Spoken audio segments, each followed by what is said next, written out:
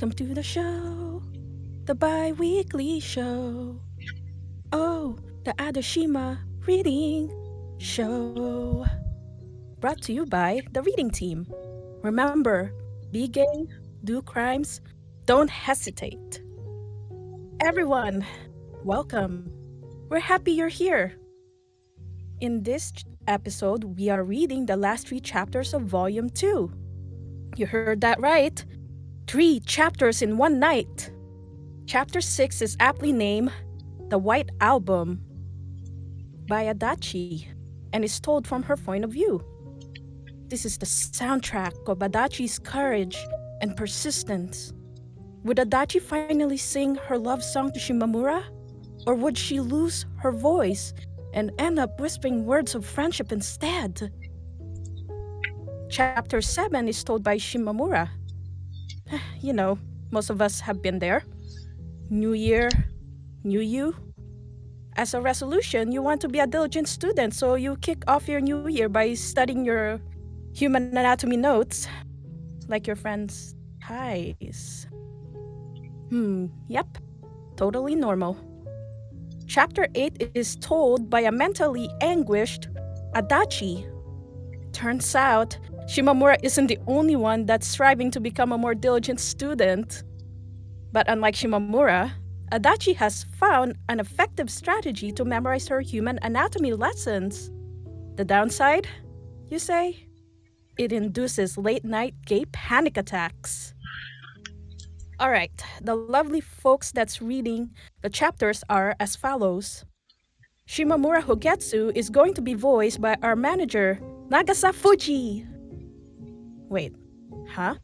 What? That's not... Oh, oops. I mean, Nagagafujifuji. Please don't fire me. You're fired. Adachi Sakura is voiced by your equally useless gay host. Chikama Yashiro is voiced by her second favorite donut fanatic, Rebel Miku. Shimamura Shou is voiced by the Kyo. This week's switch will be none other than our birthday boy, NeoArashi. Don't forget to give him some love in the chat. Lastly, the bop background music is mixed by Grandmaster Yuky Yuu. So, before we begin, I want to give a big shout out to our tech guy, NeoArashi. It's his birthday tomorrow. Super early happy birthday. Keep moving forward. You got this. We love you. Now, get cozy with your number one friend. It's time to add a Shima and chill.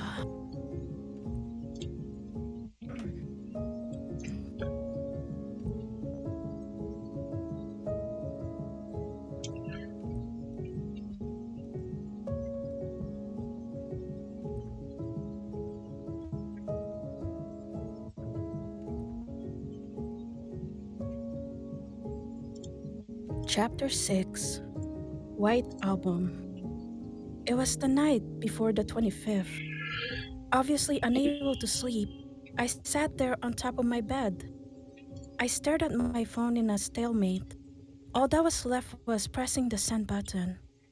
I find it very difficult to do so.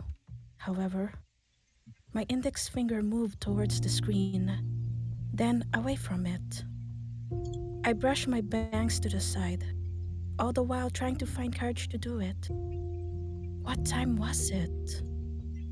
I glanced at the clock, although that only causes me to panic more. I wouldn't be getting an extension. Looking forward to tomorrow. Was that too much? Would she think that it was weird? It was worries like those that held my finger in place.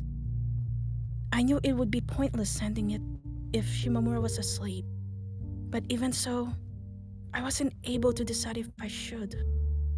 My finger kept tapping the surface of the send button without actually pressing it. Somehow, I had managed to muster just the right amount of strength to make sure that I was utterly incapable of pressing it down, no matter how hard I tried. What was I doing?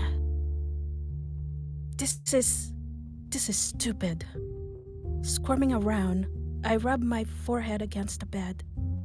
I needed to get some sleep too. Yet here I was, wide awake.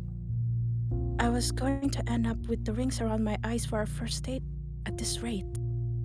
And I didn't want that. As such, it would be better to simply push the button and be done with it. If I didn't send the message, I would certainly regret it later. As for sending it, yeah, I might end up regretting it. But there was also a chance that I might not. Looking at it that way, it was a simple decision. A real no-brainer. My head turned away. I extended only my finger and pressed the button as if this was someone else's problem. I could feel the button sinking under my finger, after which I quickly turned to look at the screen. I caught the end of a simplistic animation of a paper plane flying, followed by the words, "Message sent." I tossed the phone on the bed, leaning against the wall, and let out a nonsensical laugh. I then hopped off the bed and slouched forward, pretending like I was thinking hard about something. Like saying when a watch pot never boils. Perhaps the same principle could be applied here. Acting like I didn't care, I sat there, biding my time. Then when the moment came, I turned around and nothing. No reply. I turned back. I sat down on my chair and opened one of my textbooks, trying to act like I wasn't interested in seeing her reply. I then closed the book without having read a single line out of it. I collapsed onto my desk and, using my arm as a substitute for a pillow, turned my head sideways. My feet continued stamping the floor below it. I shut my eyes, but that only caused hazy mist to fill my head. In that haze, I saw the blurred image of Shimamura walking with Nagafuji from the other day. Feelings of frustration and self-hatred tormented me as I stared at the image in my mind. I couldn't see myself ever growing to enjoy this unique sense of nervousness, like having my stomach full of heavy stones that I always felt as I waited for her to reply. I was worried how she'd reply, and more importantly, if she'd reply at all. I was well aware that Shimamura wasn't the kind of person who fussed about replying to text messages, and that only made it worse. Even so, I found myself fiddling with my hair, hoping that this time she'd reply quickly. It was for this reason that the sudden sound of my phone ringing caused me to fall off the chair I was sitting on. Literally, I pushed myself up, dashed towards my bed, and grabbed the phone. Frantically navigating through the menus, I rolled onto my back and held the device up high.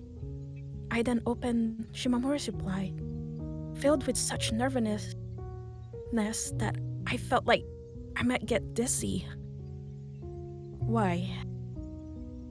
That was her reply. A single letter. Huh? What is this?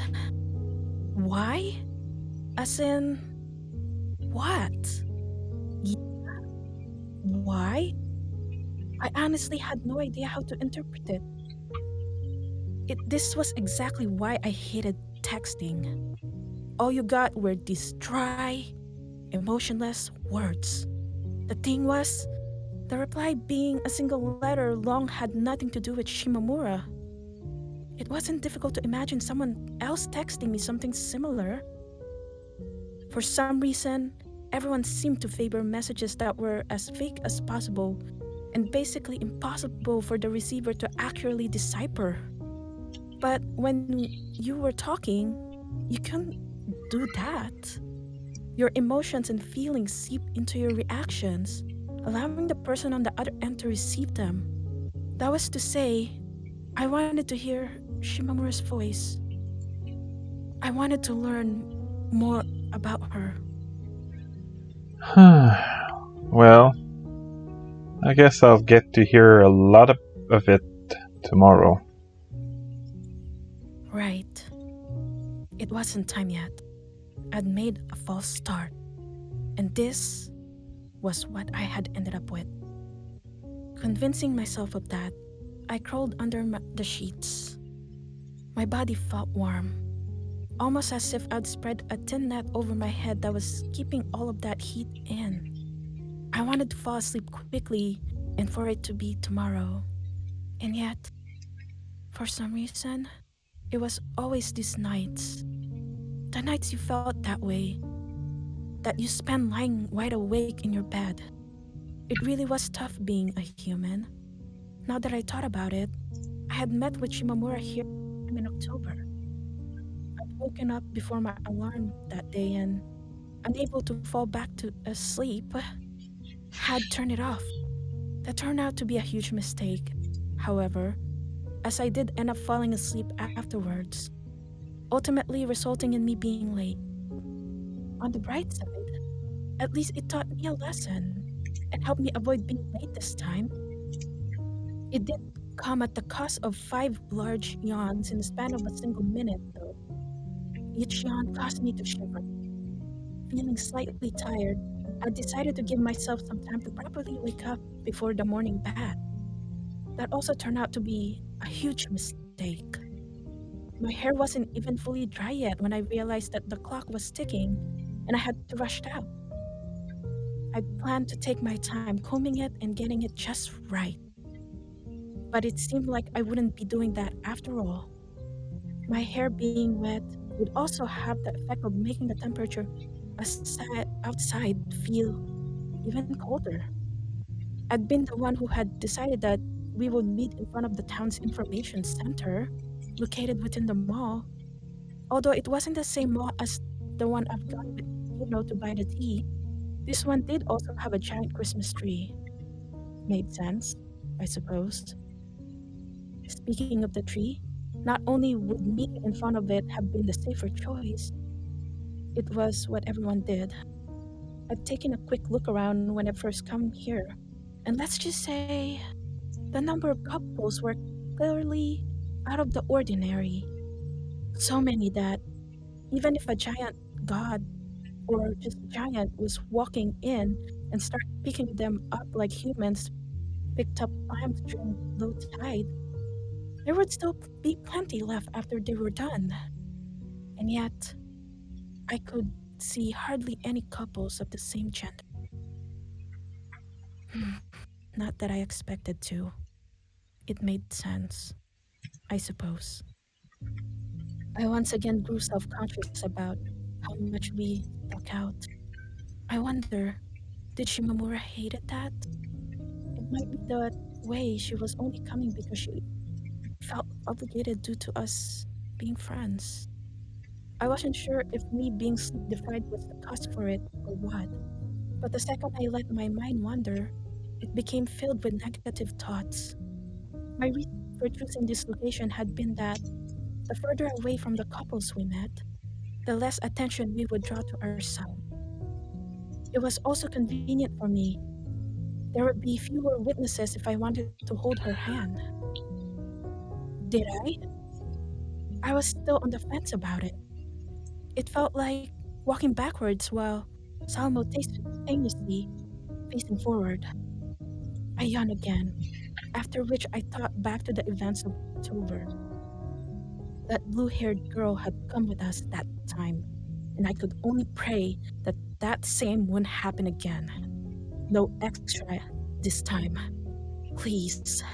Us meeting on this specific day had only become reality because I've shown courage. It was for that reason that I didn't want to share it with anyone. As I couldn't see a clock anywhere, I used my phone to check the time. I also checked my messages. The last one was still the why from yesterday. That was to say, She hadn't decided to cancel at the last minute. A sigh in relief. 5 minutes remain until 11, our meeting time. Ah, you're already here. I lifted my eyes off my phone, only to spot the person who I'd been waiting for. While my heart obviously didn't make an audible throb or anything silly like that as I saw her, I did still feel my chest tighten slightly. There was no mistaking it. That figure in the distance, waving lightly, was her. Shimamura.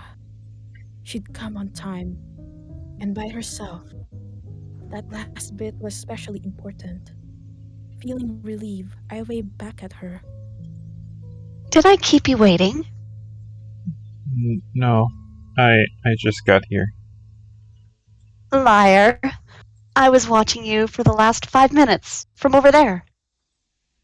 Shimamura stated. Her fingers pointed at me.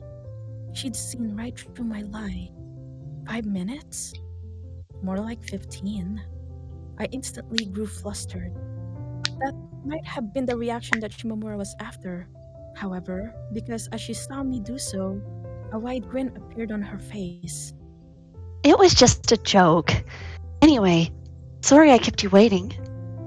She explained before moving next to me.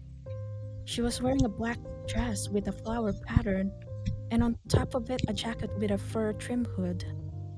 A pair of brown boots was what she'd chosen as footwear, and as for her bag, it was similar to the one she always used. Her hair clearly had a lot of time put into it, although you could also see tiny black slivers on top of her head. No matter how you sliced it, this was just your normal holiday Shimamura. With her by my side, we began walking. It only took a few steps for the image of her walking with Nagafuji to appear in my mind. Quite a while had passed since that incident. Yet, the sight still continued to pester me from time to time. "Stop!" I repeated to myself with my hand on my forehead. As I did that, Shimamura turned towards me. Had my emotions crept to my face? Panicking slightly, I put on a forced smile. Then again, me grinning was probably what had caught her attention in the first place. Hey, Adachi, there's something that's been bothering me from the moment I saw you.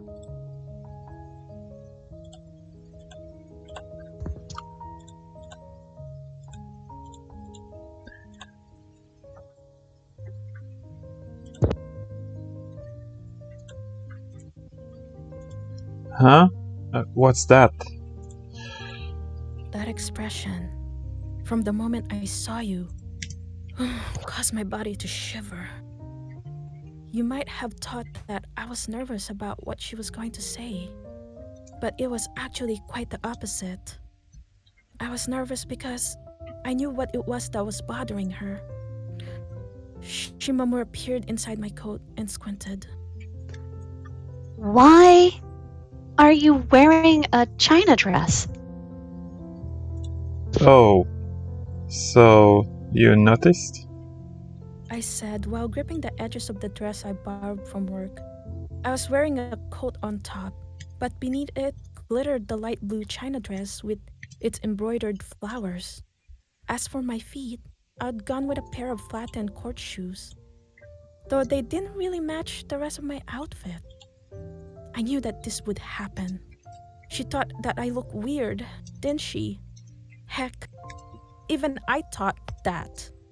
Though I had spent hours and hours agonizing over it, and even went out of my way to buy fresh clothes. In the end, this was what I'd settle with. Why? I felt out of place, like a lost child who had no idea what they were doing. But it was way too late now. Looking back to last evening, putting myself in the state of mind I'd been in, I could only find a single answer to that question. Shimamura had once said that it was cute. That seemed to have ended up being the deciding factor. Apparently, I valued Shimamura's offhand comments more highly than my own feelings. Weird. I already had a feeling that we're going to earn curious looks walking together. And now, this. It was just horrible. Would Shimamura be willing to give me the time to run over to the nearby clothing store and buy a new outfit? Anyway, She grumbled with her head tilted slightly. I just wonder if people are going to think that you're trying to pull customers for some weird establishment. Oh, don't get me wrong. I think it's great. Kinda cute. It's the benefit of being pretty. Everything looks good on you. Shimamura flattered me, jokingly. I find it difficult to decide how to react. Even if she hadn't meant it seriously, the fact remained that she had just called me pretty.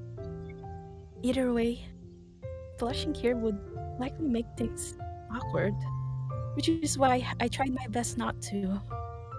How exactly do you stop yourself from blushing?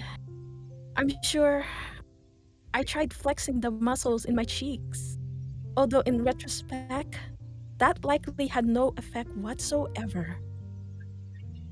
Your outfit is cuter, Shimamura.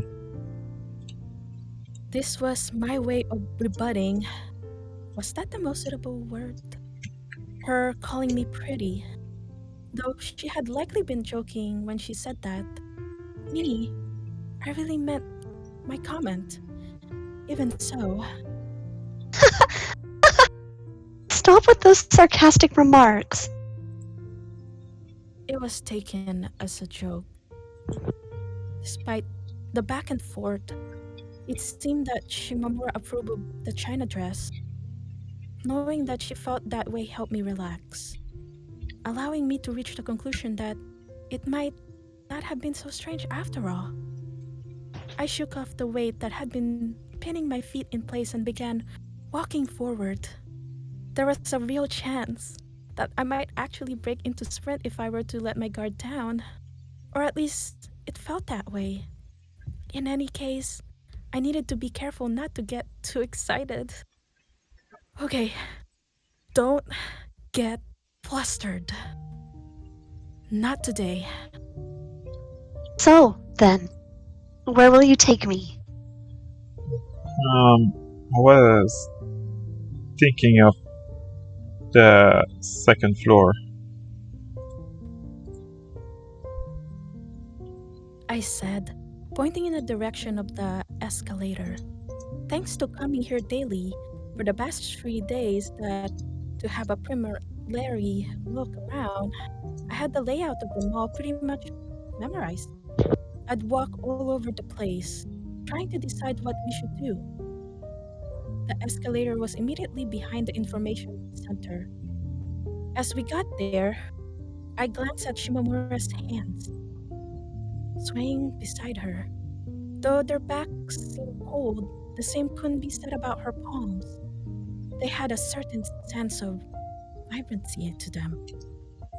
I checked my surroundings as if I was about to steal something, and after making sure that there weren't many pairs of eyes pointed our way, I stuck my arm out with the intention of gripping her hand. In that instant, the world around me went white. It was like I was flying through space, unable to move my head as though it's been fixed in place with a nail.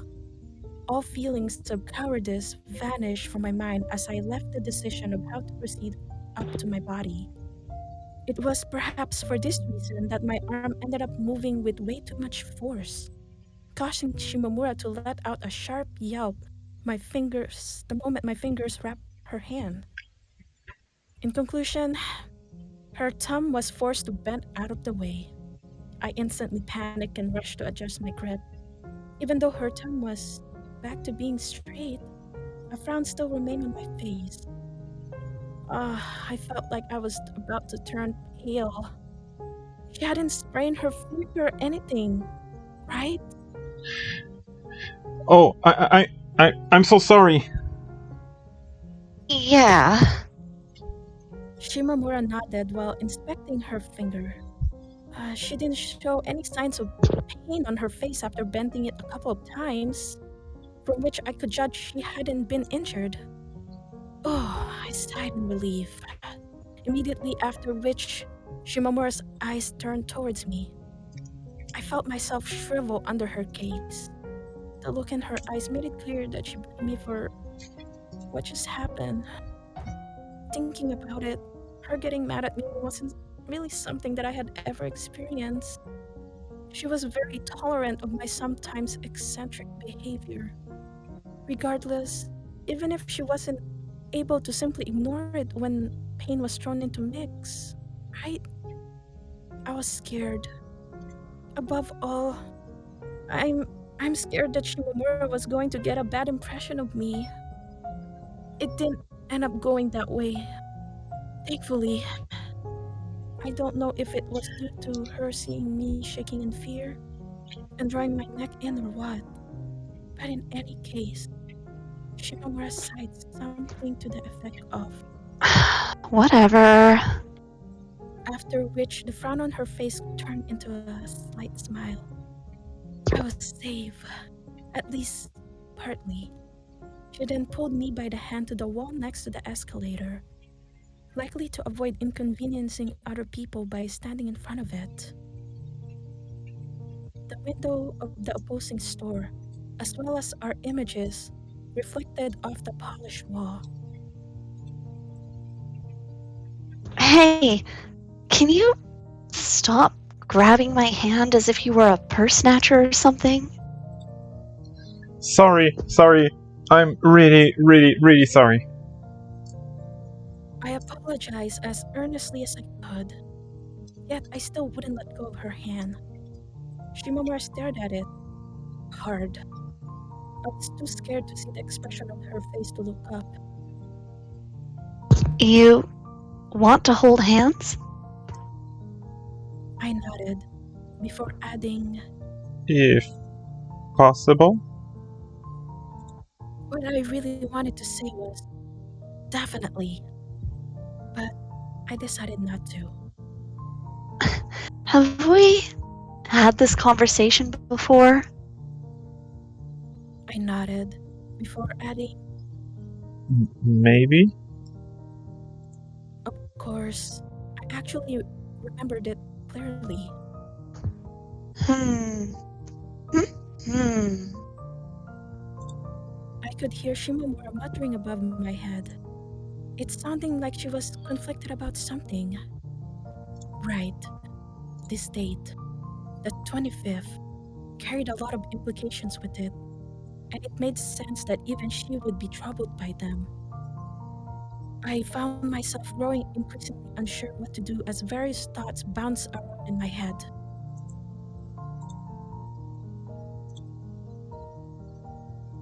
Some were asking me what I was doing, some telling me to let go of her hand. Yet, if my goal was to become special to her, remaining silent would only make things worse. I had to do something. Of course, what the right approach was, that was a whole other problem. Jumping straight to holding hands after how much trouble I'd sending a single text message was just too much, stated my conservative side. While it might have been true, it was far too late now. Pulling my hand away wouldn't change the reality that I grasped hers. As such, there was no point in doing so. I felt like as if an eternity had passed. My hair was cold, and so were my legs. Even the coat wasn't able to keep them warm. I so hated the China dress and its stupid slit. The only warm thing around was the end of Shimamura that I held. Her finger had been extended earlier, but now they rested wrapped around mine. Well, whatever.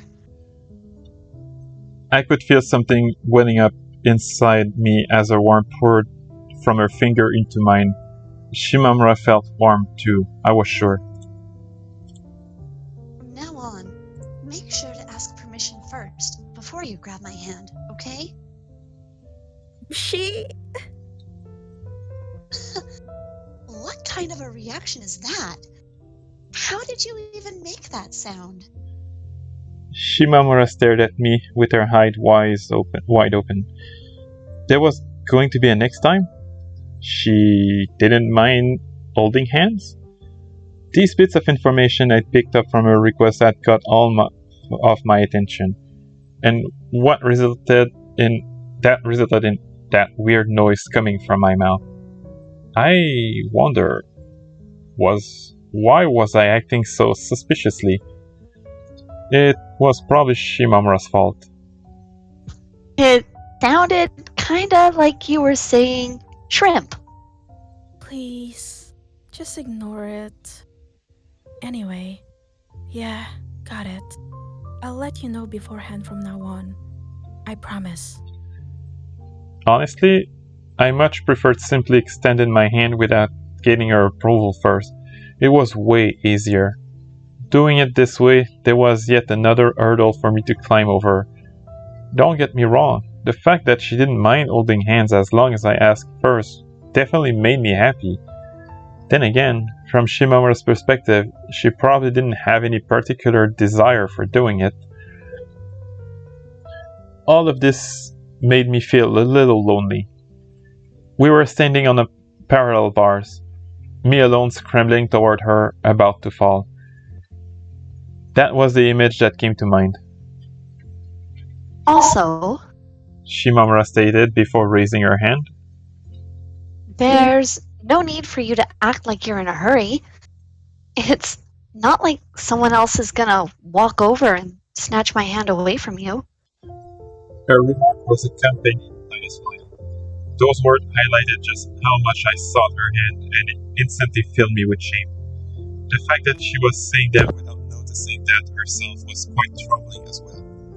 And yet, I wasn't the only person who walked by her side. Nagafuji had done so a couple of days ago, for an example. That was why I found myself wanting to take her hand first, even if by force. I thought about stating that as an objection, but stopped just before the words managed to come out of my mouth. We'd returned to the escalator, and were now being carried up by it. It really being saved by its existence. My legs felt numb and stiff, and had it been regular stairs instead of an escalator, I likely wouldn't have been able to climb them. I stood a couple steps above Shimamura, and she stood a couple of steps below me. Our hands still grasped each other, a couple past us, a man and a woman. I could feel them staring at us, and the thought had caused my shoulders to grow tense.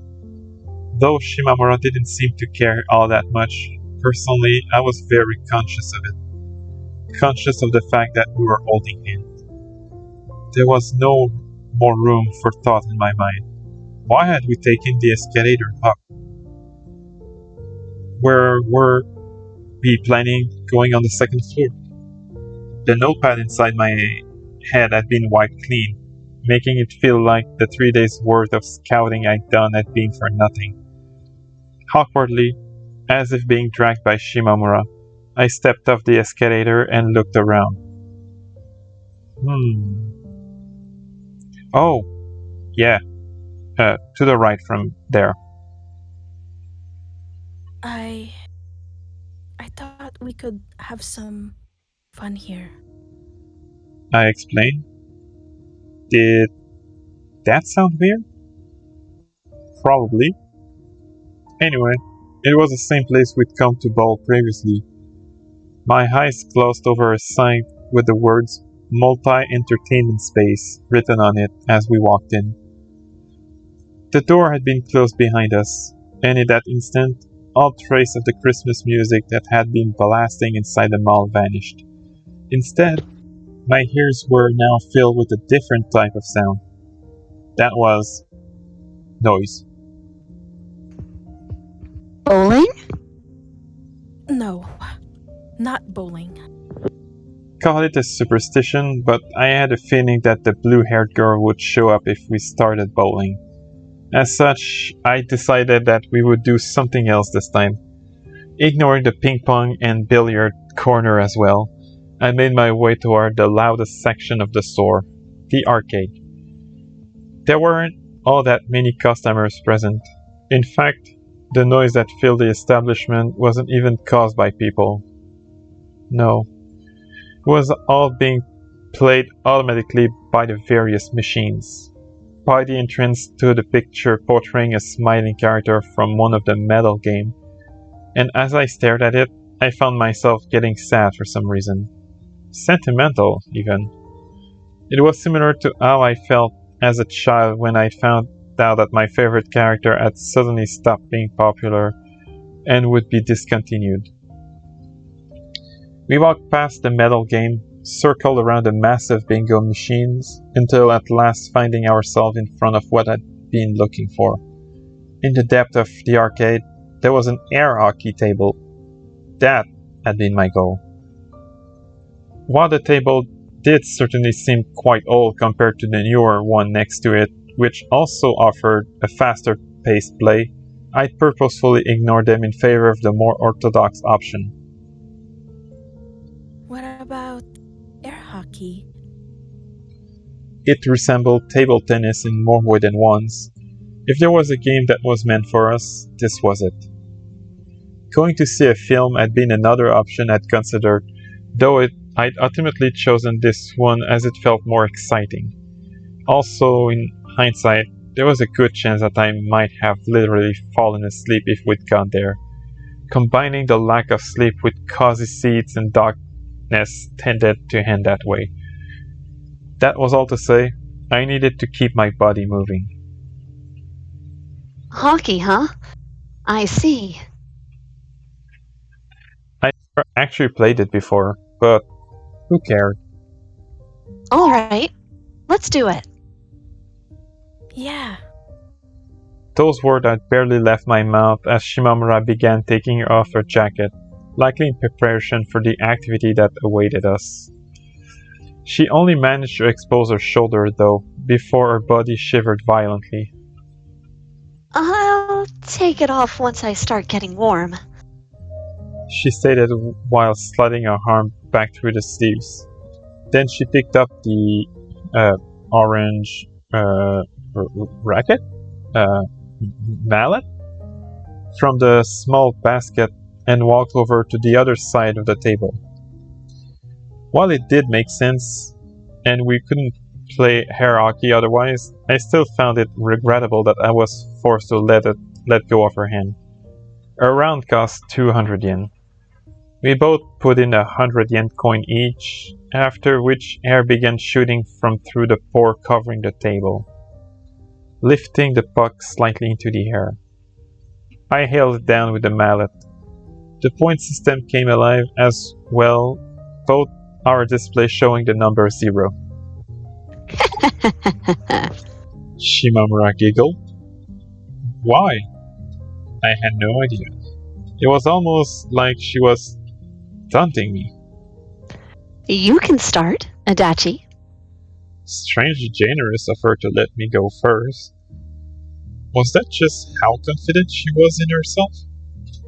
Accepting her offer, I grabbed the puck and pulled it to me. And so our match began in the nearly empty arcade. The fact that I'd chosen air hockey only after coming here in advance and seeing how unpopular the place was would forever remain a secret from Shimamura. Despite my plan to hit the puck gently to start off with, a massive sound effect played as my mallet came into contact with it. It startled me. Was this how this thing worked now? The puck played sound? Not letting the opening go to waste, Shimamura ate it back with a sharp flick of the wrist. The puck flew across the table, narrowly missing my goal and instead bouncing off the wall next to it. It then landed on the table in front of me, in the perfect position for me to smack it. This time, I took a solid stance before hitting the puck with as much strength as I could muster. It glided towards Shimamura, and a second later, disappeared inside her goal. I hadn't been aiming for it or anything. No, it being pure luck. Oh? She squeaked as she glanced toward at her goal. Her hair couldn't keep up with the speed at which she moved her head and curled up noticeably. It's a bit different compared to what I'm used to. Her head tilted to the side. She stared at her mallet with a puzzled look in her eye.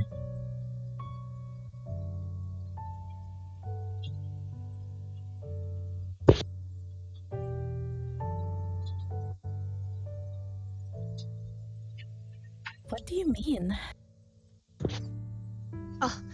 I play air hockey with my sister from time to time. We have a table at home, a Mario one. I figured this one might not play the same way, and it seems that I was right. She stated while tapping the mallet against her forehead. It now made sense why she had been giggling before we started. Having played before, she'd been confident that she could beat me. Anyway, it was now time for round 2. Shimamura ran first this time. She shot the puck straight toward me, and I quickly swung my arm as if to send it back. I felt no response, however. I missed. How was that even possible? Thankfully, the puck ended up hitting the corner of the goal and bounced off. I glanced at Shimamura and saw that she was getting ready to take advantage of the opening I'd given her. Not on my watch. I quickly pulled the mallet back and smacked the puck before it managed to slide out of my reach, sending it flying toward Shimamura's goal.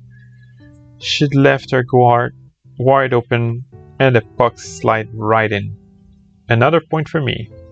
A stiff smile appeared on Shimamura's face.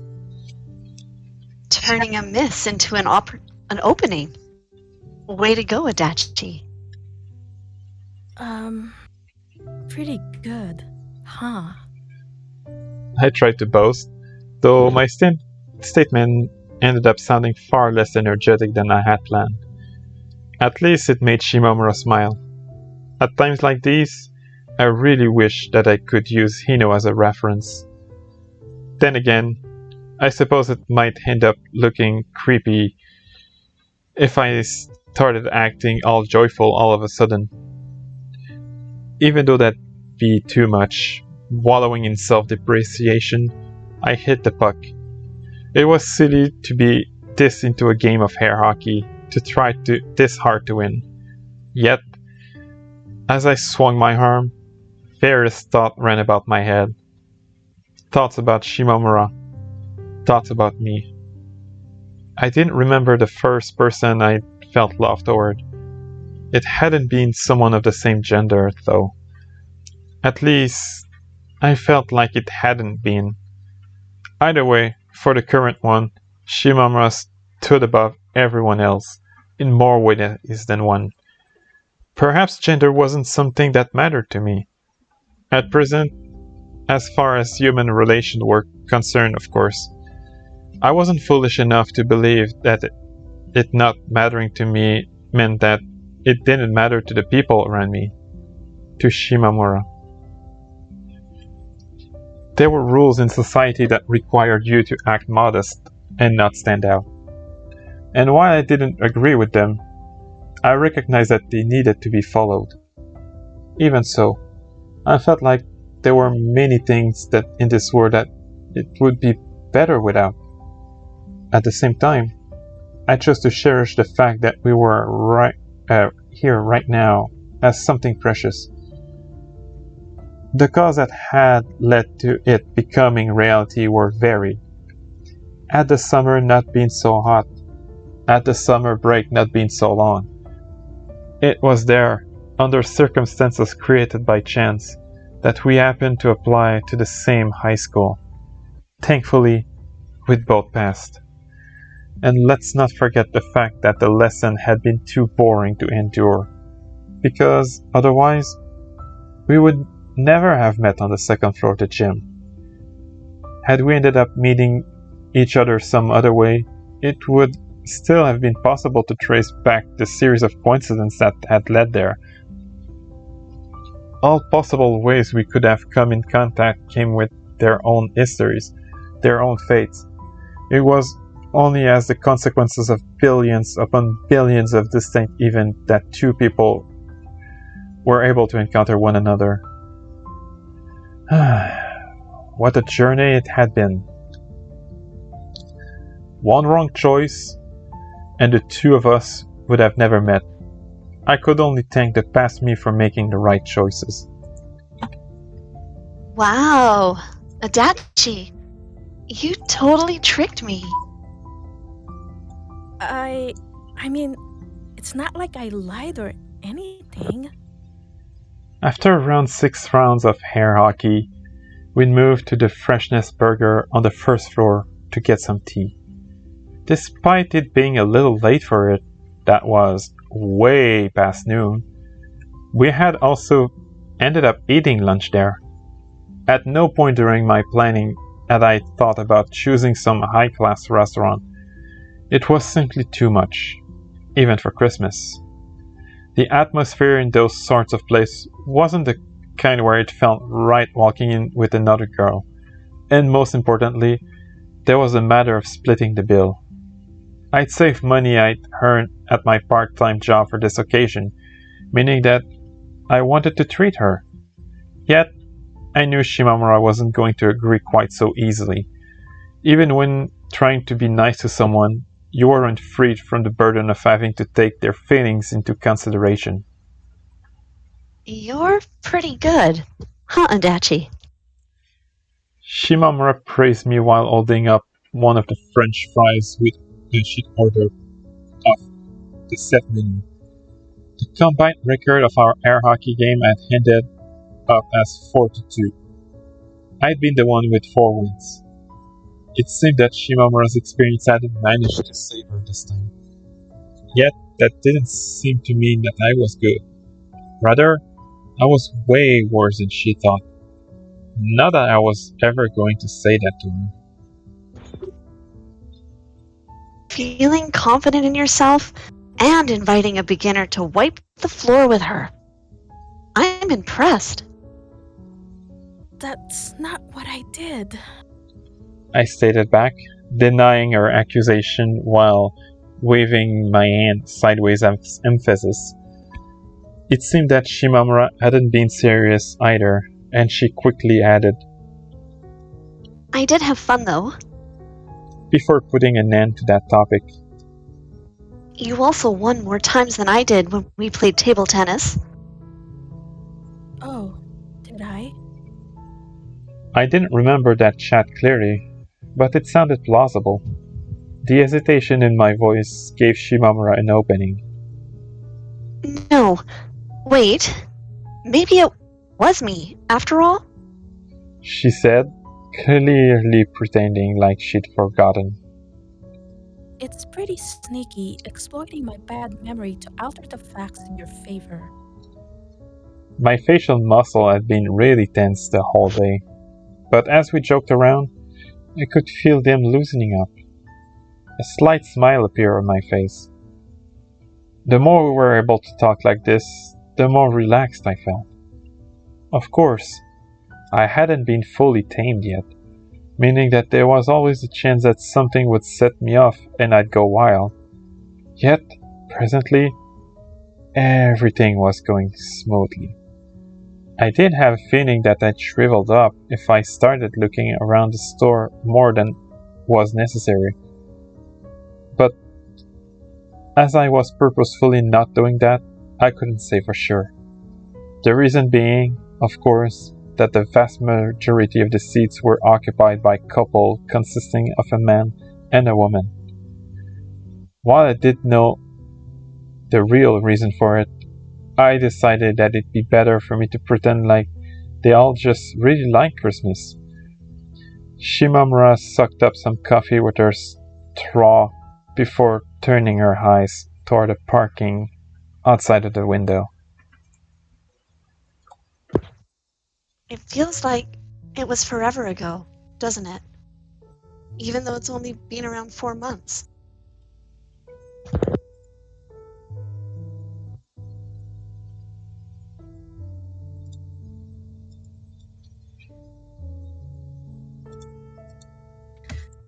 I definitely share that sentiment. The decrease in the temperature alone made a thought of idling away on the second floor of the gym feel alien. At the same time, I could still see it clearly in my mind.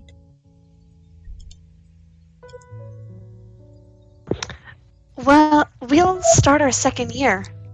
Spring will come. Maybe we'll go hang out at the gym again once the sunlight grows stronger. Shimamura asked while staring directly at my face, almost as if she was testing me. To tell you the truth, I found it extremely pleasant passing time out there with her, lying together with our bodies curled up, not in the oppressive late summer heat, but in the comfortable spring warmth. That was what I truly wished for. Yet, I also knew that Shimamura didn't want it to continue. No, let's keep going to class and then come here after school. We can even play table tennis at the place on the second floor if we want. 100 points. Shimamura agreed my answer. There was a smile of satisfaction on her face. You've become quite the diligent student, Adachi. That was where she was wrong. I was merely going along with her. Still, it's not guaranteed that we'll end up being placed in the same class. She stated completely casually. While it didn't seem to matter much to her, for me, it was a massive problem. Starting from today, I was going to be praying each night before bedtime that I got placed in the same class as her. I also needed to be ready in case I didn't. It was a real possibility, and I didn't want to get depressed if it ended up happening. Of course, that wasn't to say that being in the same class meant that we'd be talking to each other in the classroom. We couldn't. Even so, having Shimamura in my field of vision made me feel relaxed. Though were we just friends? I hated the idea of her making new friends somewhere I couldn't see her. When had I gotten this jealous? Or had I always been this way, but just hadn't been aware of it? That whole thing with Nagafuji still bugged me. If we end up in separate classes, those sorts of things will be happening more often than before, wouldn't they? Rather than hating that, I was scared of it. I felt like the distance between us was just going to keep growing. We finished our coffees and exited Freshness Burger. After that, we took the escalator back to the second floor, where we decided to sit down on the nearby chairs and take a break. In the end, Shimamura had never taken off her coat. Perhaps she was still feeling cold? I sat there on the chair, staring idly at the people walking past us. Shimamura's legs were slightly extended, and every now and then she flapped them. I found it kinda cute in a way. Those childish things she did periodically never failed to draw my attention. Would this be a good moment to give her the present? I decided to go for it. Hey, Shimamura, take this. I pulled the bag of tea, wrapped in the Japanese style, from my bag and presented it to Shimamura. With a confused look on her face, she accepted the gift. What's this? She asked, her eyes turned towards me. It's meant to be a Christmas present. Oh, really? It was clear from her voice that she was exaggerating her surprise. She held the bag high and examined it, blinking multiple times as she did. Well, thanks. I'm glad. Shimamura scratched her cheek, clearly a little embarrassed. It was rare to see her like that. She held the bag against her chest, and as she did, her face twisted into a grin. I was reminded of the time when I sat between her legs and found myself blushing as well. Ah, it's this brand. The one that smells really good. I've been wanting to try this. She said with a broad smile on her face after checking the label. I felt relief. It seemed that the information I'd gotten from Hino had been accurate. Hill, Adachi, how did you know that I wanted this? Ah, come to think of it, yeah, it was weird for me to know.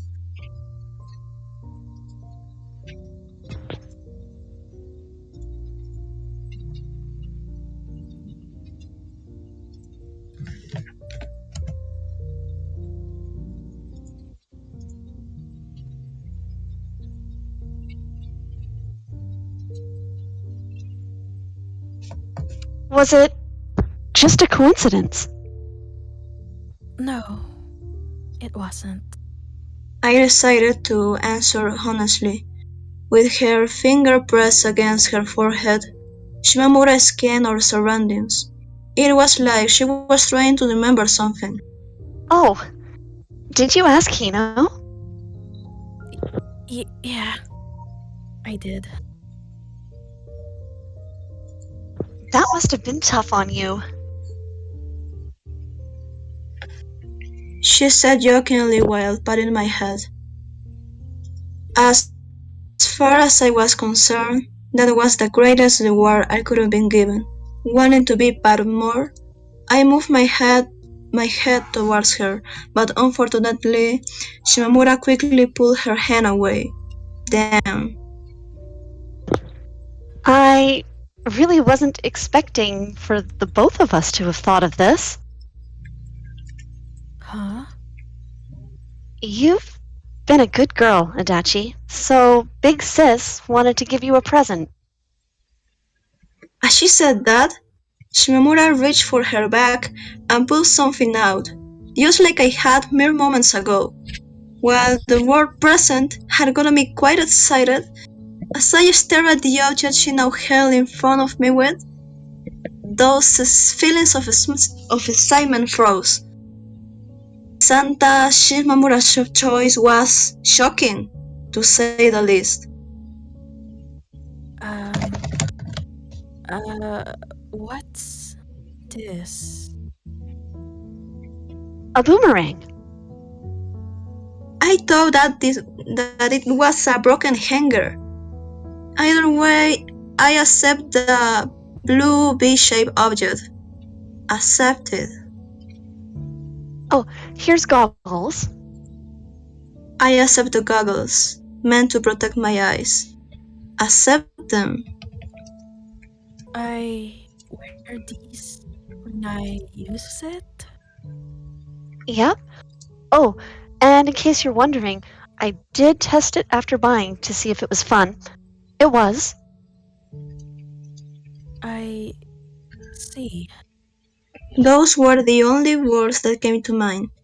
I was far too shocked, both by the fact that she'd gotten me a present, as well as by what the present had turned out to be, to react any other way.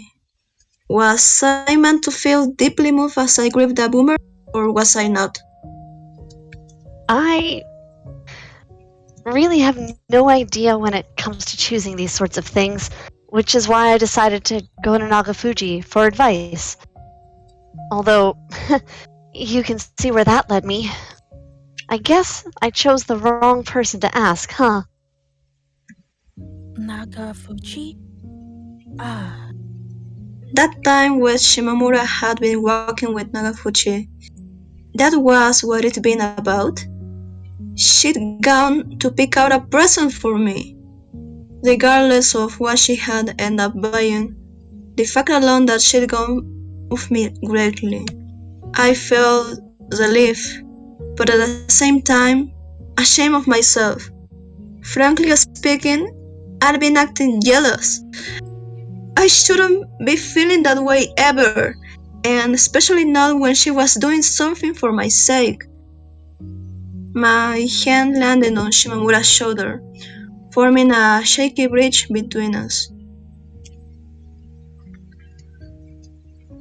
Adachi? She asked. Her voice was filled with suspicion, and I couldn't really blame her. It was odd how I just sat there, motionless, my head hung. A thought crossed my mind. What would happen if I were to grab her by the shoulders, pull her to me, and hug her?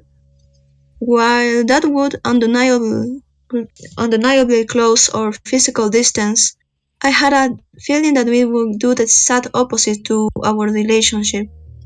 It was for this reason that I decided to resist temptation. Using her shoulder as a support, I slowly lifted up my head. I could feel that my cheeks were warm and swollen. I couldn't say for sure, but if I had to guess, I was likely blushing hard. Thank you. I'll treasure this. While it definitely wasn't the way it was meant to be used, my plan for the boomerang was to put it on a shelf as a trophy. I'll keep it there forever, even if, for example, we stop seeing each other. Not that I thought that was going to happen. No, it was just an example. I'm glad that you like it. To tell you the truth, I wasn't particularly thrilled about the boomerang. The fact that Shimamura had given it to me, that was the real present. Then again, that alone was more than enough. Christmas came loaded with all sorts of implications after all. Shimamura had been scratching her cheek, but now a bright grin appeared on her face. Now, what do you say we go outside and test it? She proposed. Huh? I thought I could teach you the proper throwing technique. Though my first reaction was to decline and tell her that there was no need to, as I gazed at her smile, I found it really difficult to get the words out of my mouth. What about the rest of our date? What about all of my plans? While I was busy panicking, Shimamura got up from the chair and headed towards the escalator. It seemed that she really did intend for us to go play with the boomerang. No matter how you look at it, Shimamura was also slightly strange. Yet, perhaps it was due to that estrangement that she was willing to spend time with me. Thinking about it that way, I found myself being filled with joy. My body certainly seemed to agree with that interpretation, from the tip of my toes to the top of my head. I ran up to Shimamura and took her hand, but not before quickly asking if it was okay to do so. This way, I wouldn't feel cold, not even when we went outside. We were the only two people at the park next to the driving school, sandwiched between the mall and the highway. Kids on their winter holidays were probably staying home playing video games or something, huh? The pieces of rusty playground equipment stood exposed in the cold wind, the layer of paint covering their surfaces mostly peeled off, creaking as their various parts scraped together. I had no memory of ever coming to a playground during winter, not even as a child. Under the supervision of Shimamura, I pulled a blue boomerang out of its bag. My hair had dried since the morning bath, and was now blowing in the wind. I took a look at her, and saw that Shimamura's hair wasn't immune to it either. She was forced to constantly swipe her bangs away to keep them out of her eyes. Bring the boomerang behind you, and then hold it. She instructed me, sounding like she was reciting something she had heard from someone else. She then grabbed my hand and guided it to the right place. I found myself quite startled. Next, she adjusted my grip and the angle I was holding the boomerang. This toy was quickly proving itself useful. Keep it vertical and toss it straight forward. Try to avoid throwing it too high. Having said that, Shimamura took a step backwards, I considered asking for a quick recap, but on second thought, she probably wouldn't be willing to give me one, would she? My hand began moving forwards, and in that moment, I realized I'd forgotten to wear the goggles. It was too late to do anything, however, as less than a second later, the boomerang had already been set free. I stared as the blue object soared towards the ultramarine sky. It vanished for a moment, as if having melted into the sunshine, but quickly reappeared, this time accompanied by the sharp sound of its blades cutting into the air. The way it had completely reversed its direction reminded me of a swimmer kicking the ball of a pool to turn quickly. I tried to catch the boomerang as it flew back to me, but to no avail, it ended up passing over my head. I walked near the round, flashlight playground equipment where it had landed, picked it up, and brushed the sand off it. Was I having fun? This is how it tends to go when you first start, I think. Shimamura estimated, suddenly sounding like she was an expert at this. Were you able to catch it, Shimamura? Like I said, this is how it tends to go when you first start. It seemed that the gap between us wasn't all that wide. I wonder, was the way I treated with the problem? Or perhaps the angle? Still, a person tossing a boomerang in a china dress. That's like something you'd see in a film. Shimamura's statement caused me to once again grow self-conscious of my choice of outfit. Speaking of which, I glanced down, and there it was, the giant slit that exposed most of my leg. Panicking slightly, I drew my leg closer to myself. I then tossed the boomerang in order to hide my embarrassment. The trajectory it took was pretty much the same as the first time, once again passing over my head and landing way behind me. I picked it up, but as I did, a thought crossed through my mind. I tilted my head, puzzled. Toss, fly, catch, repeat. It felt so monotonous. Playing our hockey with Shimamura had been way more fun than this. Yes, it seemed that it wasn't for me. Not really what you were hoping for, huh? I guess not. I muttered. That was putting it mildly.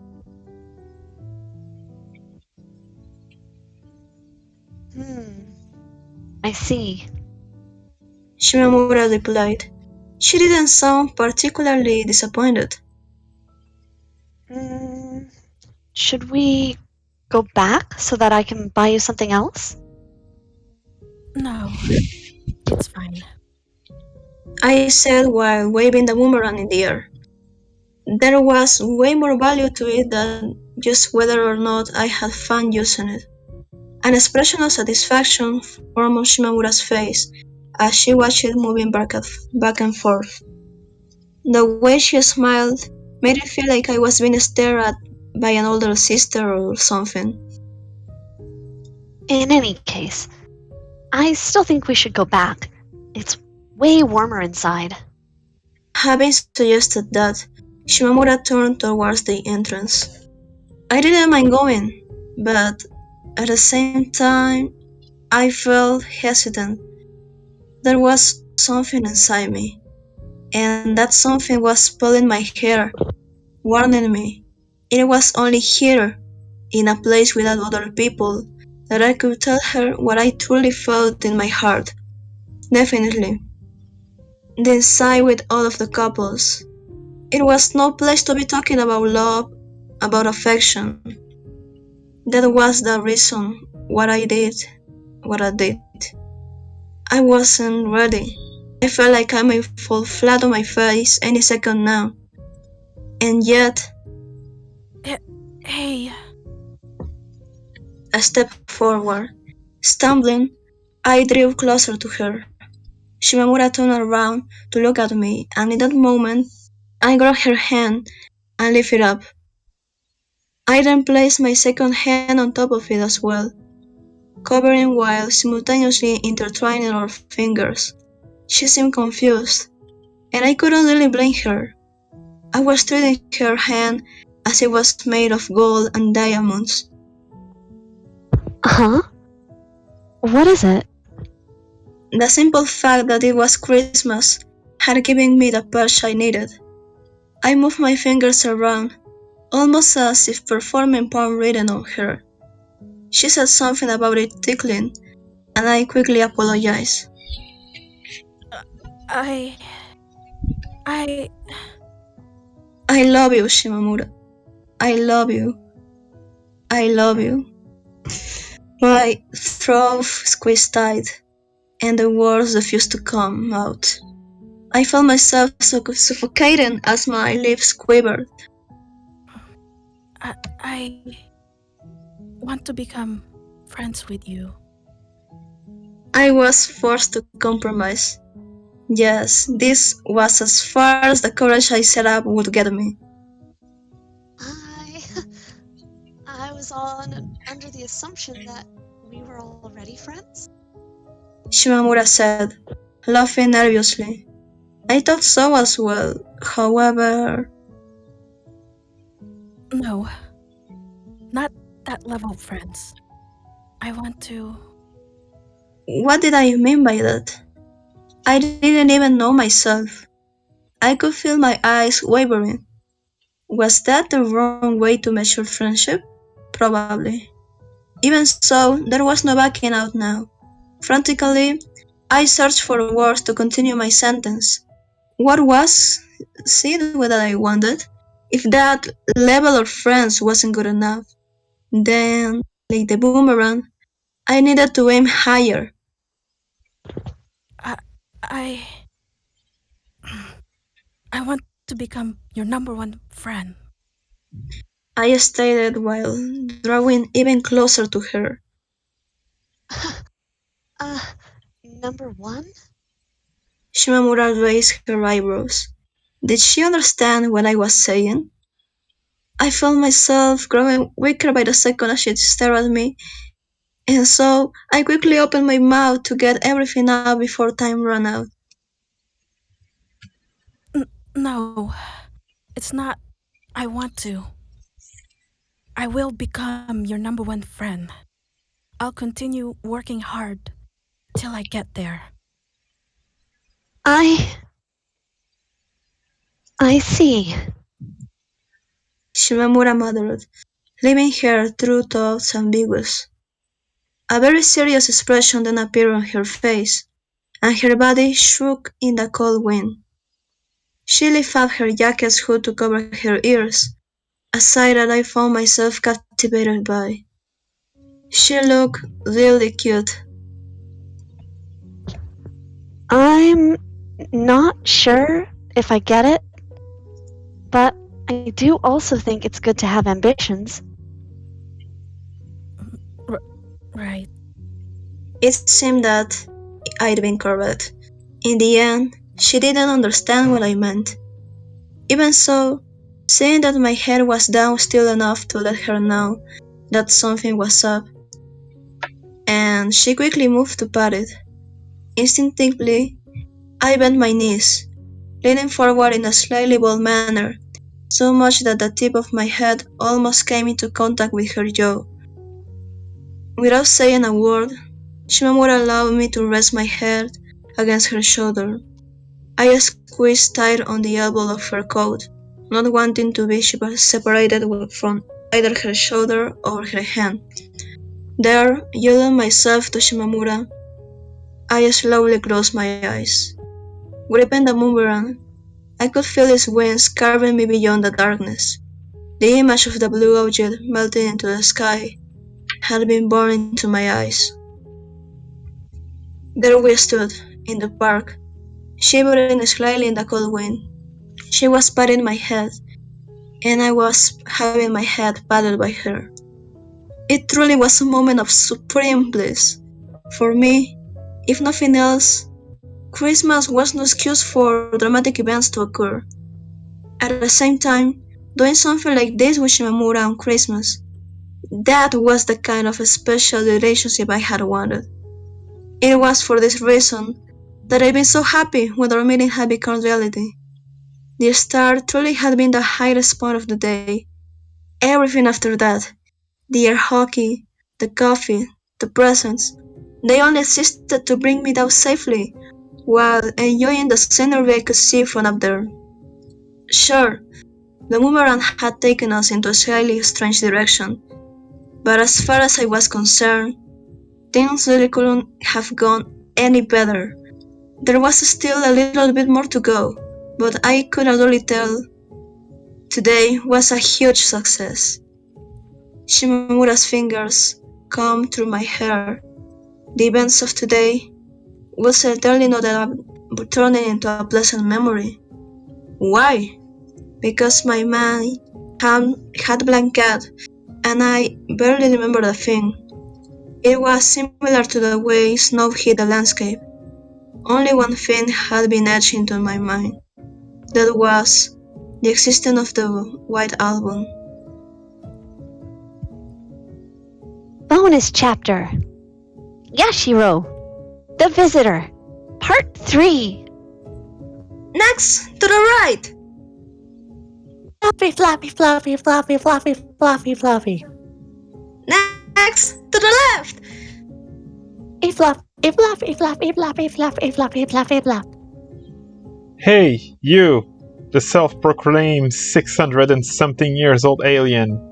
That's my futon. Sis stated, staring at us dumbfounded from the side. I hadn't noticed it before, but she was right. This was her futon. It was once again cold in our room, which is why I had decided to stuff my body inside the rolled-up futon, with only my head sticking out. Yachi's body was sticking out from the other end. It was really fun, rolling around like that. Speaking of Yachi, I didn't remember exactly when she'd come here. She always just kinda showed up.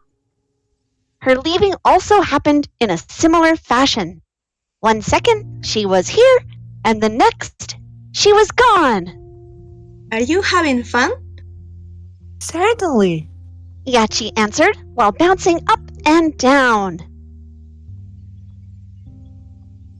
Her feet also jumped about inside the futon, and it kinda hurt. Still, looking as dumbfounded as ever, Sis turned towards the TV. Well, that's good, I guess. Join us, Shimamura. I know it might not look like it, but I'm actually very busy. Busy? What was she talking about? How did sitting around lazily while watching TV count as being busy? If anyone here was busy, it was us. Rolling around wasn't as simple as you might have first thought. Nuh-uh. The two of us needed to be in perfect sync if we wanted to get anywhere. There was another important factor as well. That was keeping track of which way was up and which down. Let me tell you, that wasn't easy when they constantly kept switching. Roll, roll, roll. Roll behind Sis. Roll, roll, roll. Change direction before hitting the wall. Roll, roll, roll. Roll all the way to the window side. Roll, roll, roll. That's enough! Sis yelled. Then she pinched the futon between her legs, effectively stopping us in place. Both Yachi and I tried our best to hop up and down, but to no avail. What are you doing?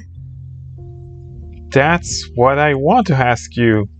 What are you doing?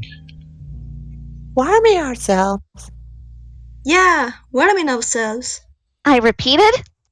Sis sighed and slumped her shoulders, looking exhausted. A sound then played, a sound far more high-pitched than anything we could produce. Oh, my phone's ringing. Crawling on all fours, Sis moved to her desk and grabbed the phone she'd left there. Then, after quickly checking who it was, she answered. Next thing I knew, she'd crawled out of the room.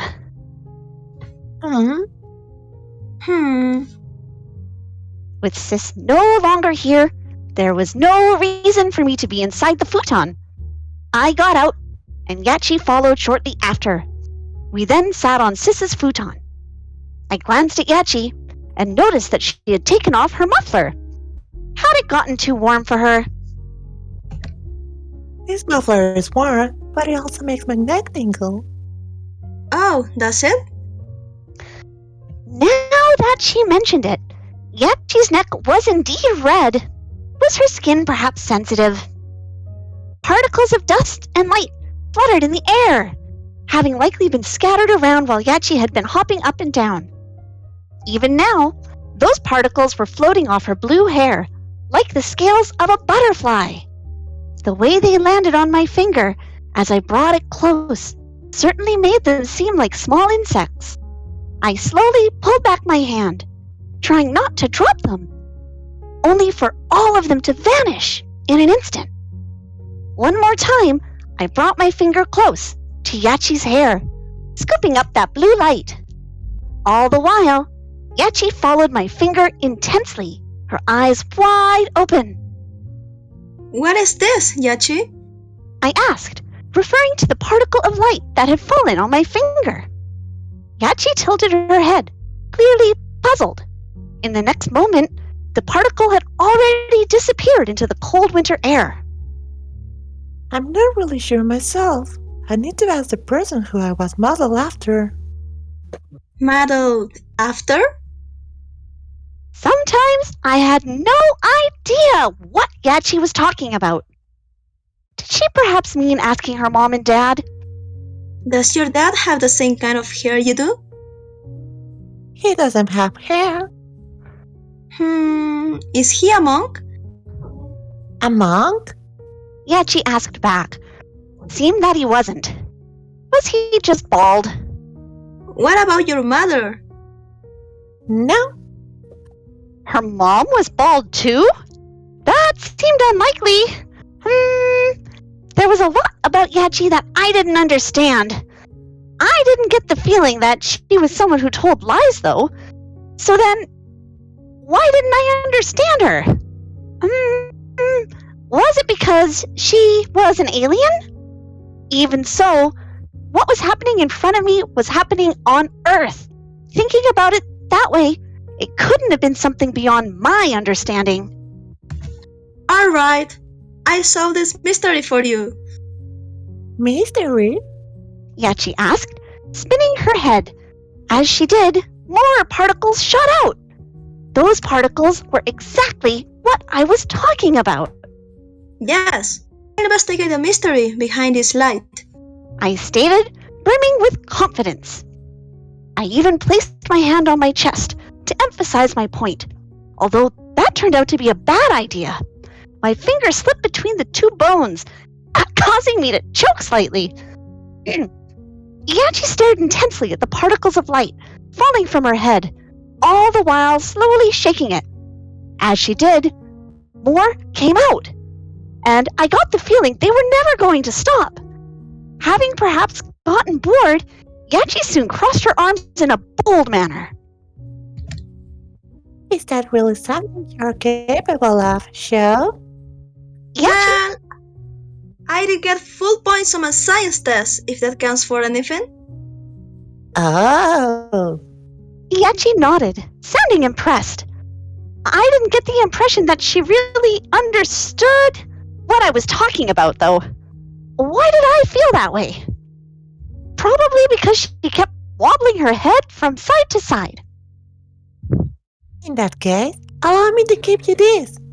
Yachi said, before plucking out 2 strands of hair, followed by a shriek of pain.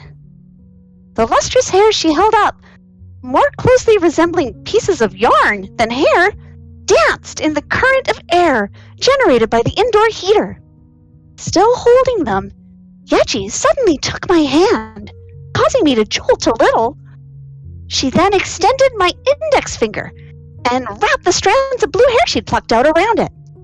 The way she had tied them was similar to the knot in her hair, and as I bent my finger back and forth, the loose ends moved like the wings of a butterfly. The butterfly was then caught by Yachi's finger. The only way you can get this off is if you solve the mystery. Wait, for real? Hehehe. She laughed loudly. Wanting to test if what she said was true, I came really close to pulling on the ends of the butterfly. Yet, I had a feeling that it would no longer stay there if I were to unravel it, so I stopped. That would simply be a waste. I drew back my extended finger. As if delighted by my choice, the butterfly flapped its wings. Alright then, I solve it real quick and say bye-bye to the butterfly. I said before pushing my finger against the tip of Yachi's nose.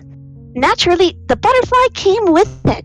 The scales fluttering off its wings shone with the same color as Yachi's eyes. Get ready, Yachi. Oh. By the way, who is Yudachi? And so, my attempt to challenge her began.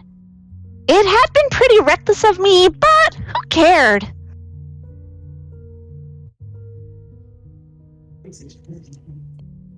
Chapter 7. Full mark test. Getting up and glancing at the clock, I discovered that only 10 minutes remained of this year. There obviously wasn't anything exciting waiting for me at the beginning of the new year. Yet I still found myself wondering if I should head to bed soon. Anyway, first things first. I needed to pull down my chin. I felt that if I stayed like this, with my hair turned upwards, the particles of dust floating in the air were going to enter my nose and mouth. The storage room turned into a study room on the second floor was as cold as a freezer, making sitting quite a painful experience. All I wanted was to lie down and dab under the kotatsu, so that only my head remained visible. In that case, you might as well close the textbook, return to your room, and go to bed, right? The self-indulgent part of my mind suggests. Unfortunately for me, that wasn't the case. I had fallen behind in terms of studying, and I really needed to catch up. I felt like the man from that legend, the one who left for 3 years straight. If there was anything you could call a blessing in disguise here, it was probably my lack of hobbies. After all, that meant that there was nothing competing for my attention and motivation, and I could spend all of my time studying. Studying on New Year's Eve. I've become quite the diligent student, haven't I? I praised myself, though my words were quickly drowned out by a massive yawn. Honestly, even though I knew this year had come to an end, and it hardly felt that way, was it perhaps the third school term was going to start in a mere week? That was to say, I didn't get the sense that anything was truly ending. April was when we advanced to the next grade, and honestly, that felt more like the beginning of the year to me. Then again, it probably only felt that way to the students. I pushed aside all of those thoughts and picked up my pencil from the table, planning to keep studying till the day changed. However, just as I did, my phone rang. I found myself quite startled by the sound of noise.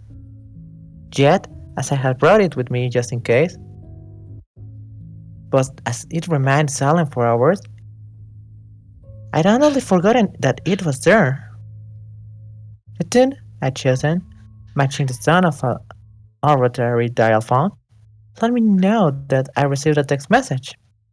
I tossed the pencil away, grabbed my phone, and checked who it was from. Adachi. How rare of her to text me. Most of the time when she had something to tell me, she called. Are you awake? That was it. The entire message. Was it because it was midnight that she had felt hesitant to call me? Perhaps. Yeah, I'm awake. And send. Seeing as it would be impossible for me to send any sort of reply that had I been asleep, was there really a point to explicitly stating it like that? Regardless, that was the message I ended up sending her. I placed the phone back on the table, only to receive another text seconds later. Can we talk over the phone? And there it was. Though we had taken a slightly roundabout route this time, it seemed that in the end, we'd once again be talking. Sure, I began typing out, but on a second thought, I could probably just call her myself, huh? I deleted the message and began going through my call history to find her number. I quickly found it and pushed the call button. I could feel my upper body growing cold as I waited her to answer, and decided to use this time to dive under the catastrophe. I just got in the blanket over my shoulders when she picked up. Hello? Yeah, we can talk over the phone. I stated, answering the question Adachi had presented in her message before she managed to say anything. For a second, I could hear her giggling. It's rare for you to call me, Shimamura. Same here. You hardly ever text me. Now then, did you have something urgent? No, nothing like that. I just wanted to talk. I turned over, now lying on my right side with the phone resting on top of my ear. I could hear the sounds of a TV coming from downstairs. It seemed like that my parents were still up. Watching TV? Maybe. Huh? Shouldn't you know? I decided to keep the fact that I'd been studying hidden from Adachi. Well, there was definitely something weird about not wanting other people to think that you were a good student. Judging by what I saw in school, it seemed to be a common sentiment. Was that just the nature of puberty? Not that everyone acting a certain way provided anything, of course. Regardless, whatever the reason might have been, people my age generally felt embarrassed about putting effort into things. Those with time to spare just felt cooler, I guess? By the way, are you aware Aware of what? that there are only 10 more minutes left of this year? Yeah, I know. Are you doing something on New Year, Shimamura? Like going to visit relatives? Well, we are planning to go say hello to my grandfather, but that's pretty much it, I think. Do you get New Year's gifts? Oh, right. Those things, huh? I turned over once again. For some reason, I just couldn't find a good position for my head. It was easy to see what the problem was. The pillow was way too soft to offer any real support. Then I found myself thinking back to that time when I had rested my head on Adachi's thighs. They had been just perfect. Shimamura? Yeah, sorry. I was just reminiscing about your thighs. Huh? My thighs? Yeah, they were nice. What? Huh? Is that so? Now then, back to New Year's gifts. Adachi, are you listening? I could hear the sound of her thrashing about on top of her bed. Was she pretending to be a shrimp on dry land? I tried imagining that, and the image that came to my mind was Adachi with deep crimson skin. Is something wrong? Is something wrong? Well, Shimamura, you... Just as I grew curious, her words got up. This is no time to be groaning, Adachi. Me? What about me? What was with that sexual harassment just now? It was a tangent, sure, but sexual harassment? I don't think so. Praising someone's thighs was like praising their arms or something. Anyone could do it. Now then, what were we talking about? New Year's gifts? No, that's fine. We don't need to go back to it. Oh, really? What should we talk about then? Neither of us said anything. All I could hear was Adachi's breathing. These moments of awkward silence. This was exactly what I hated about talking over the phone. It felt like we were passing the responsibility of telling the other person to talk about something back and forth, and I didn't like that. Why were you thinking about my thighs? Oh, back to that. Well, you brought it up kinda randomly, so I'm curious now.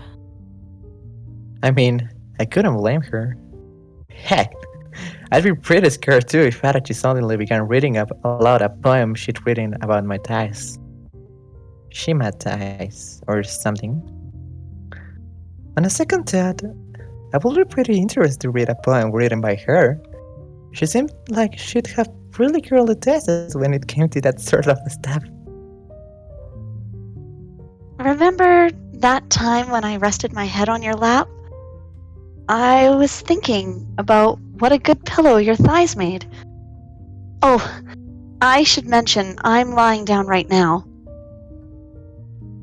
I see.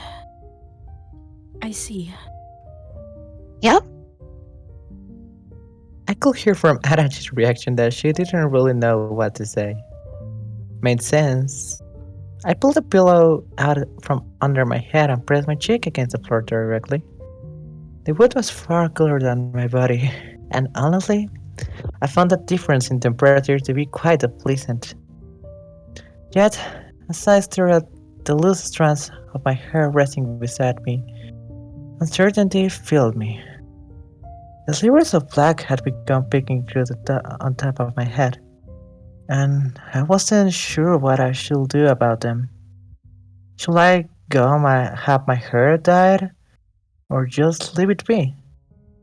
My family was certainly opposed to it being brown, if that counted for anything. Firm ones or soft ones? Which are better? Adachi's sudden question brought me back to reality. What was this about? I had no idea. The background I gave as a response conveyed as much, prompting Adachi to continue speaking. I'm talking about thighs. I was just wondering, which ones do you prefer? What, was she going to alter her tide based on my answer? Was that even possible? If so, then wow, that was some good customer service, 10 out of 10.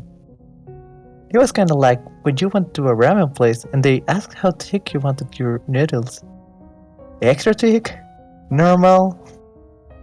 For a second, I imagined Adachi doing squats with her lower body, looking like it was about to burst. But then quickly deleted those thoughts from my mind.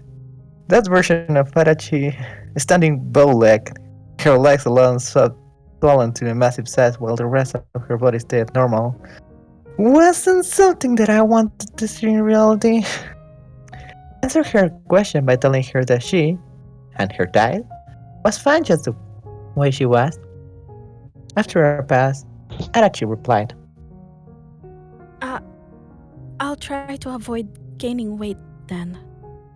Honestly, in your position, I think you should be more worried about losing weight. I'd always been jealous of her slender and generally curveless body, and still was. This new year, I will resist the temptation to stuff myself full of nothing but mochi.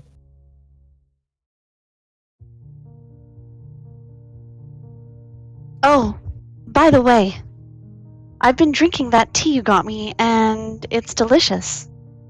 Thanks. Me too. I've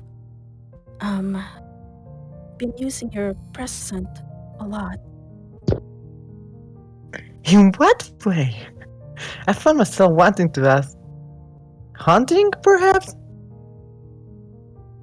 The year changed. Adachi's sudden comment prompted me to glance at the clock, and I confirmed her statement. The hand was, in fact, right on top of the number 12. Yet, judging by its position, only 2 or 3 seconds had passed since the date change. Adachi sure had noticed quickly, huh? Has she perhaps been staring at the clock this whole time? Wanna do the New Year's greetings? Yeah. I crawled from under the kotetsu. Then, before I'd gotten ready, Adachi started. Happy New Year. Same. Happy New Year. I stayed after kneeling down, followed by a bow. Adachi was probably kneeling on her bed too, huh? After we were done exchanging greetings, I once again dove under the kotetsu. As I did, I found myself growing slightly worried. Will I really be able to leave this warmth and return to my bed on the first floor? I bet the hallway was going to be freezing cold. I hope next year will be as good as this one. Yeah. And then, silence. Silence once again fell between us.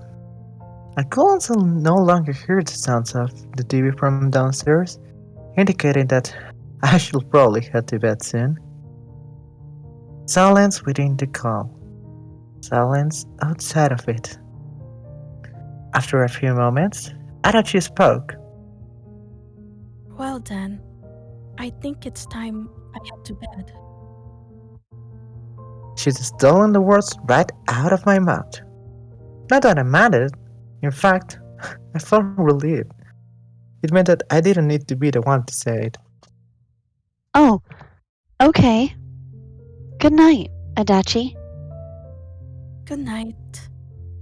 That feels good. Huh? Oh, what do you mean? Oh, nothing. It's nothing. Adachi's voice grew distant as if she was running away. After which, she ended the call. She'd been pretty on edge lately, hadn't she? Had it perhaps been written on her report card that she was easily flustered? Now then, jokes aside, I wonder, did she only call me because she wanted to exchange New Year's greetings? after putting the phone down, I found myself searching for the reason why she'd called me. It wasn't a bad habit of mine. When Adachi said that she wanted to become my number one friend, was this that shit meant? Stuff like exchanging New Year's greetings with me before anyone else could? I wonder, will she do anything if it meant that she was the first person to do so? Number one friend, huh? It doesn't seem all that difficult, I don't think. Like, who was there to compete with her? Going down the list, she was probably my number one friend already. At the same time, I got the feeling that it wouldn't make her particularly happy even if I told her that. It seemed more the likely that there was a massive difference between our interpretations of that expression. Number one, friend, and its position on the scale of intimacy. For me, it was relatively low, on a level that you could easily get to using your own to feed. As for Adachi, however, I got the feeling that she placed it so high up that you needed to grow a pair of wings if you wanted to have any hope of reaching it. She glanced up at it every time we met, giving off the impression that whatever her goal was, it was something noble. Just how high she was aiming? Regardless, I knew that our lives were extensions of what was normal. That fact was true today and will remain so forever. If you couldn't fly, you needed to walk. Whether it was the common path or the steep path filled with the hardship, that didn't matter. I at least wanted to have a friend walking beside me as I faced those challenges. Their existence will distract me from all the pain. Let's give it our all this year. I'd forgotten to say that to Adachi, and as I now mumbled to myself, a strange sense of satisfaction filled me. I then closed the textbook. Probably not the right thing to do immediately after saying that, huh? Did I really have the motivation to give it my all? Maybe not. Chapter 8 Earnest Boobs. I felt like I had a pretty good idea of what Shimamura's chest was like. It was there, in that sentence, that you could see the true nature of my affection towards her. Only 10 minutes had passed since the beginning of the new year, yet my thoughts had already found their way to Shimamura's chest. Still, even though thinking about this might have seemed like a joke, it was actually a big deal to me. Did I want to see Shimamura's chest? It went without saying, but I had never seen her naked.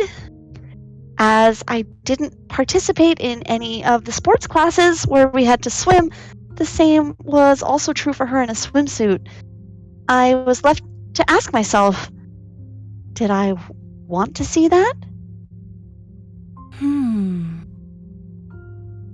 Sitting on top of my bed, my finger pressed against my forehead, I thought about it earnestly. I wonder, if you were to ask Shimamura to guess what I was doing 10 minutes after our phone call, would it even cross her mind that I was thinking about her chest? My assumption was that it wouldn't. For some strange reason, I could pick out each individual tick and tock of the clock on the wall. It was the same one I'd been staring at moments before the year changed. I imagined Shimamura. Then I removed her jacket. I already hated myself for doing this. What was I? Some kind of pervert? Regardless of those feelings, I kept going. I took off the top half of her school uniform, leaving only her bra on. Its color and design was based on that one time I'd gotten a glimpse of it before she had switched to wearing winter clothes, green and... oh, no, those sorts of details didn't matter.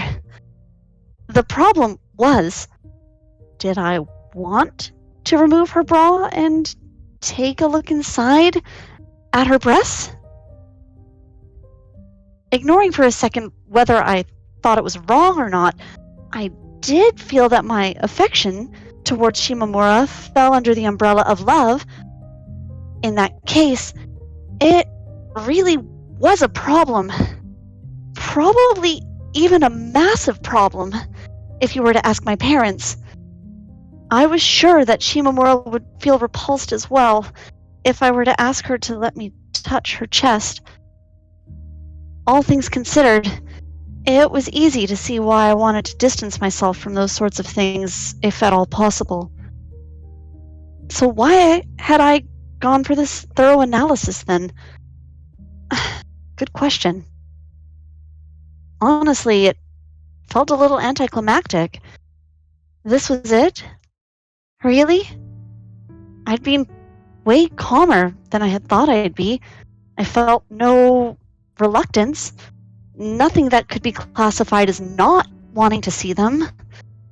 At the same time, I couldn't find the urge that would make me take the initiative. Putting aside the fact that her breasts weren't really asserting themselves all that much, if I truly did hunger for them, I would have been staring at them nonstop. And yet, I didn't do that. Probably, no, definitely, all things considered, I was surprisingly normal, wasn't I? It was only the past that had been weird, and I felt relieved knowing that. I didn't look at Shimamura that way. Back first, I lay down on the bed and stretched out my body. The boomerang I had placed on my shelf as a trophy caught my attention. Staring at it, I couldn't help but grin. A strange sense of freedom filled me. My affection for Shimamura was pure. I loved her as a person, as simple as that. In that case, there was no need to feel anxious about what other people thought, was there? I felt optimistic. I then thought back to our phone call, and as I did, a smile formed on my face. The way she wished me good night. That felt good. I wasn't sure why, but those words had soaked right into my soul.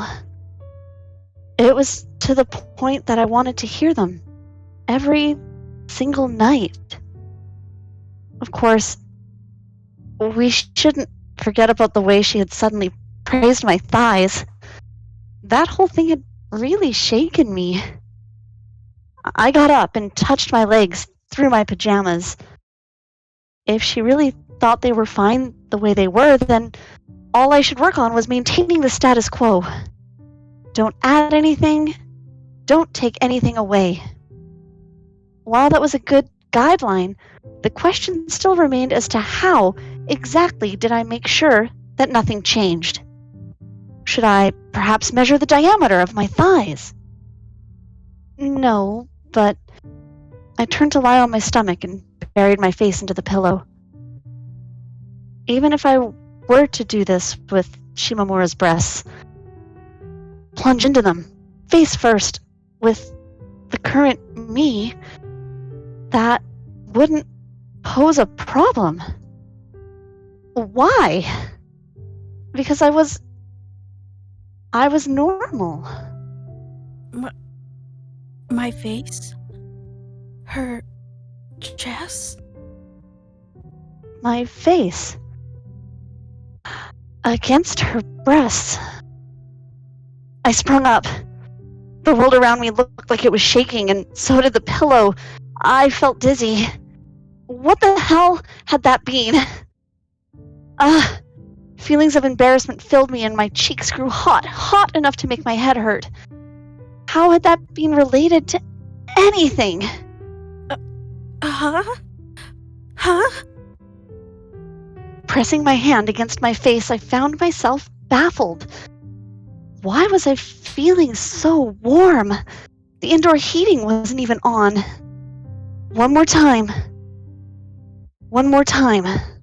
I imagined myself face to face with Shimamura. She was wearing her school uniform, the winter one. I wasn't going to undress her this time. Instead, I turned my eyes towards the small mounds near her chest and brought my face close to them. Shaking intensely, I pulled my head back right as I was about to land between them. In a similar way, the real me had also butt-stomped onto the bed. The contents of my head felt like they were boiling. If I had a spout for releasing steam, no doubt it would be shooting it out right now. That's not... Obviously, I didn't know what her breasts felt like. I'd never touched them after all. If I was forced to say, I guess the sensation was similar to how it felt when I washed myself. Not that I'd put any thought into that ever. That was all to say it had been purely my imagination that had caused me to react in this way. But why? I was meant to be normal. This time, instead of bringing my face close, I reached for them with my hands. Even though this wasn't real, even though I was just imagining her, I still found myself closing my eyes tight as my hands came into contact with Shimamura's breasts. For a moment, I simply bounced up and down, still sitting. That caused the dust to float up in the air, and as I stared through it, I felt like I had reached some sort of an understanding. It wasn't just my face. No, touching them with any part of my body was bad. Bad?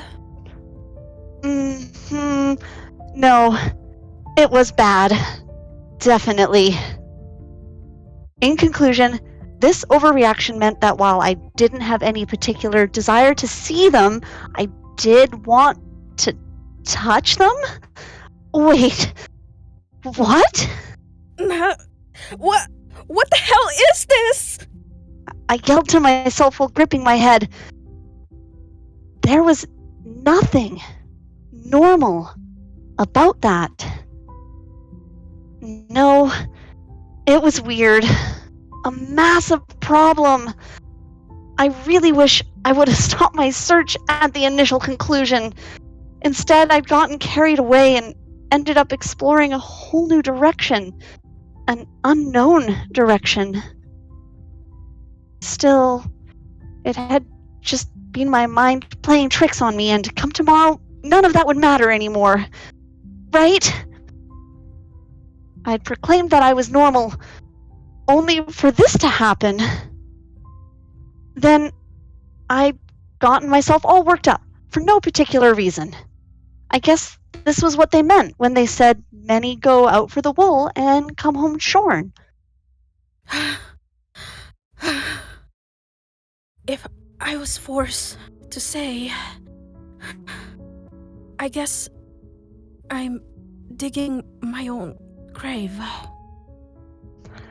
I'd made a hole in the wall and celebrated getting out, only to realize that I was still within the prison. There was something that my mental agonies and Shimamura shared. I simply couldn't let go of them.